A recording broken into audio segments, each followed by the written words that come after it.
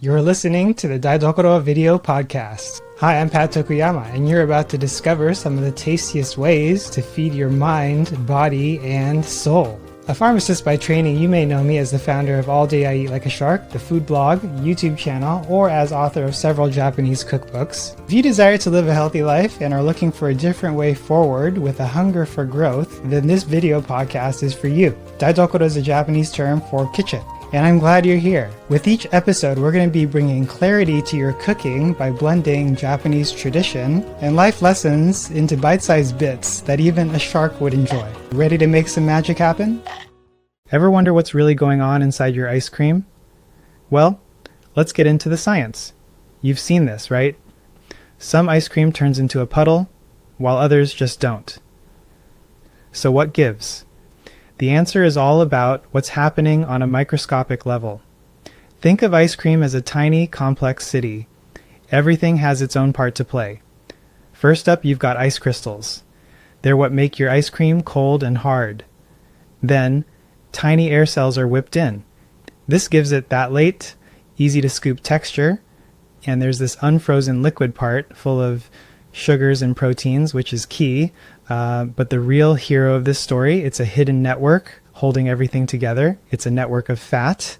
And you can basically think of it like a tiny scaffold. Emulsifiers let fat globules link up, forming this incredibly strong 3D structure.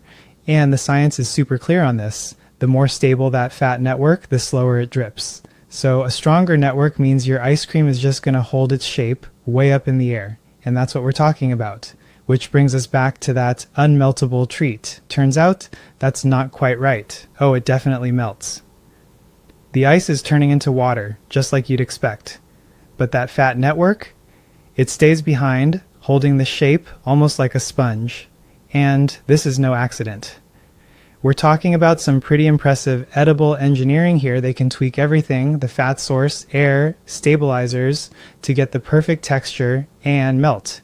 That's how you get everything from slow melting bars to those super soft, creamy scoops. So now that you know the science, what's your perfect ice cream? Hard and slow melting or soft and creamy?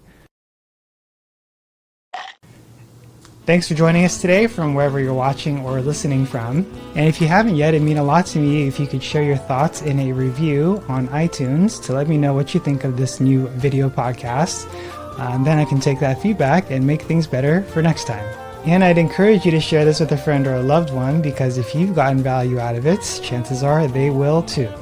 Want to try cooking Japanese food at home from scratch? Head over to alldayieat.com/aisatsu, AISATSU, to get started today. And if you're new here, make sure to check out alldayieat.com/daidokoro, DAIDOKORO, for all the show notes, bonus materials, resources, and more.